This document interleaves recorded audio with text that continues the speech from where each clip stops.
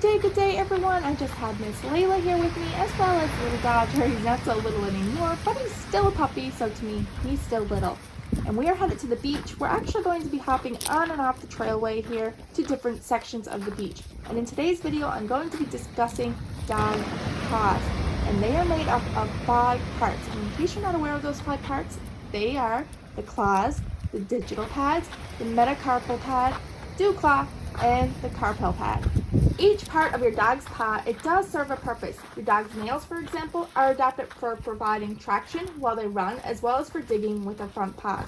The metatarsal bones connect your dog's ankle to its toes. You know, like head, shoulder, knees, and toes. Sorry.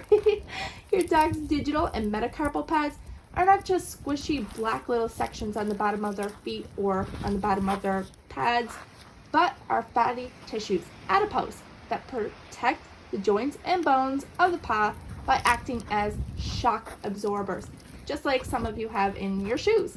They are also thick in order to protect your dog's paws from rough surfaces. Also, when a puppy is born, you might notice that they have not turned black and they're still a pink or a little bit of a reddish tinge in color. That means that it's still extremely sensitive, and I do advise people to be just extra cautious, extra wary when taking a puppy that still has little pink pads, especially when they adopt through us, to ensure that it's not on different types of surfaces that might irritate it, infect it, or just outright make the dog uncomfortable. So just be aware of this if pink sensitive. Now, carpal pads, on the other hand, it's only found on the forelimbs, the front legs, not the hind legs of a dog. It works like a brake to maintain balance and aid dogs in coming to a full stop when running or jumping. Another thing is, not all dogs have dew claws. And here's the real interesting thing. Some dew claws are actually attached by bone, and some are actually attached by the skin. The dew claws only attached by skin are the ones that don't really serve any purpose. The dew claws that are attached by bone and can make contact with the ground are used for holding toys, for chewing, and for extra support. Those are the dew claws I would highly suggest not removing. Now, you don't really technically have to remove dew claws in general, but a lot of people do just for aesthetic pleases. But in my opinion, I just leave them. My dogs have their dew claws. Now, when a dog sweats, they sweat through their paws. In combination with panting, the sweat glands in their paws help to keep them cool. Sweaty paws can also help with traction. This is the reason why I'm kind of not in favor for booties. You'll see a lot of dogs go around with dog booties on. They are great, but in my opinion, and this is just an opinion, if you have them, that's fine, to each their own. But I personally wouldn't use them unless it's a heavy salted area. It's an area where it's a lot of heat that's coming through the surface, such as pavement on a very hot day, or like I said, salt after a snowstorm and there's salt being placed on the roads. Things like that, I probably would use the booties. Or if your dog has really sensitive pads, or if they're still a puppy and they still have that pinkish tone. But on the other hand, like I said, if temperatures are excessive and they're high, or salt on the roads, or anything like that, or sensitivity, okay, booties, completely understand. But if it's for a fashion sense, I would probably stay away from them. You don't need them. The dog doesn't need them. Your dog's paws may smell like corn chips at times, and this is completely normal. It's because they contain everyday bacteria, both of which are naturally present in the environment. Combine the bacteria with your dog's sweaty paws and you'll get the smell that is kind of like corn chips. Another fascinating thing is dogs with hair feet have 2 elongated central toenails. A dog that has hair feet doesn't mean that it's going to all of a sudden bounce like a bunny rabbit and start hopping around. Rather, they are used for speed in slender running breeds like Greyhound and Whippet. The next thing I'm going to discuss is how a lot of people associate web feet for just swimming breeds like Labradors, Newfoundlands, Doberman, things of that nature, because they have web feet. However, they are also used for walking through muddy terrain, trudging through the snow and cold weather, and digging, especially for hunting dogs like pointers. Portuguese water dogs, retrievers, terriers, and Dachshunds are just some other dogs that use this feature for other things besides swimming. Another thing about your dog's paws, in case you weren't aware, it is a major sign of stress and anxiety. It's one of those things that if you pay really close attention to the dog's body language and you see that they are obsessively chewing or licking at their paw, like I stated earlier, it's a very good sign that they are stressed or suffering from anxiety.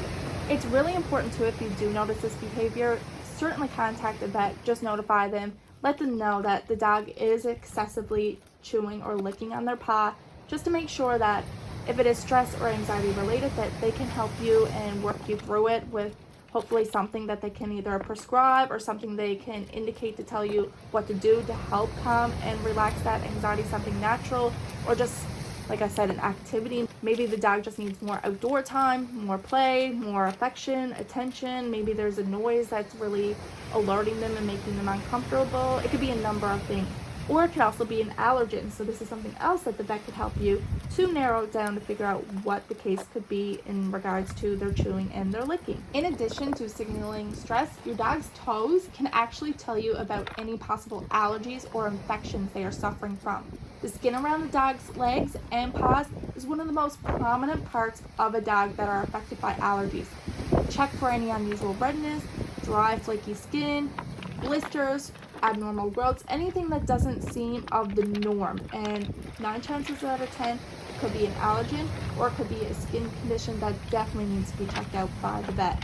If your pup's paws are both excessively oily and dry, they could be overproducing keratin. So like I said, certainly things just to keep in mind, keep note of, especially for your next vet appointment. I'm not going to go into great detail about nail trimmings, but I'm going to just briefly discuss it, just seeming how we're talking about dogs' paws here anyway. But in a future video, I do plan to go more into detail about nail trimmings. If you do plan on trimming your dog's nails, just be very, very careful, because their front and rear paws contain a blood vessel that can be very painful if you accidentally cut it, and it's called the quick. And what ends up happening is it will end up bleeding if you don't clot it up with something.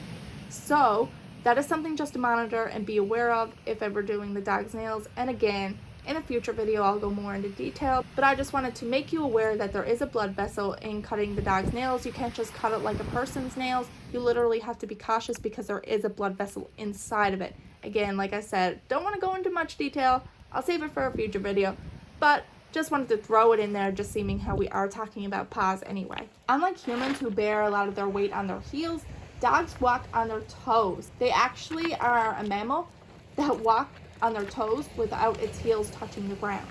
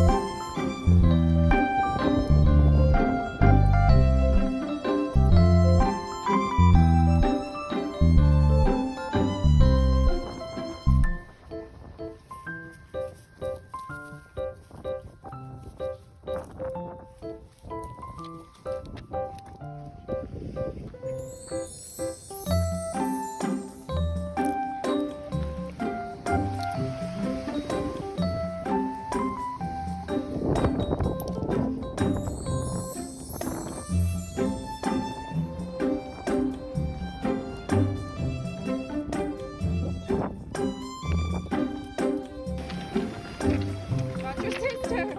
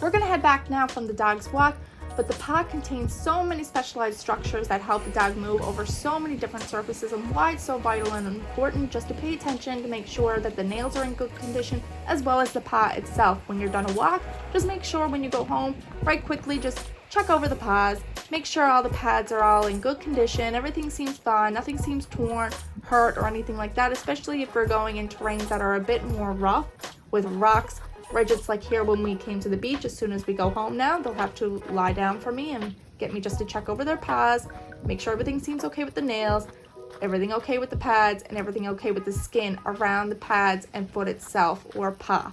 But thank you so much for watching. Hopefully you enjoyed this video. A little bit different, but dog anatomy, especially when it comes to the paws, is quite interesting to me and something that almost gets overlooked at times and not really discussed or talked about. But hopefully you have a great day. We'll see you in the next one. Bye now.